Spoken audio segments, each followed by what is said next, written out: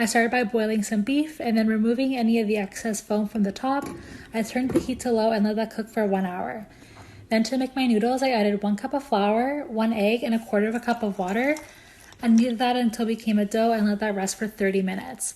I then rolled out my dough and then cut them into squares using a pizza roller and let that sit for about 20 more minutes. I then cut up 1 onion and then poured some of the beef broth into that bowl and then let that rest for a few minutes. I then peeled and diced 1 potato and cooked that with my beef, and then I cooked my noodles.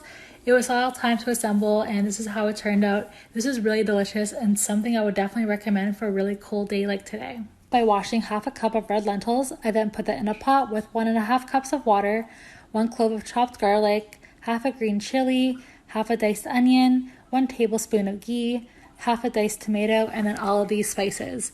I then mixed that until it was well combined. I brought that to a boil and then I put that to low and then let that simmer for about 20 minutes. After that, I caramelized an onion with some green chili. I then added all of these spices. I mixed that for a few minutes and then added that back to the lentil mixture. This is how it turned out. This was really delicious and I would definitely make this again. The perfect dish for a cold day like today. I then added a tablespoon of yeast, 1/8 of a cup of sugar, 1/2 a teaspoon of salt, 3 tablespoons of softened butter, 1 egg, and then 2.5 cups of flour. After that, I mixed the dough with a spatula until it all came together.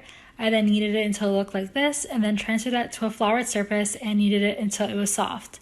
I then covered it and let it rest in a grease bowl for 90 minutes. Then to make the coconut cream, I put 1 can of coconut milk in a pot with about 1/2 a cup of sugar, a pinch of salt, and then 1.5 teaspoons of cornstarch.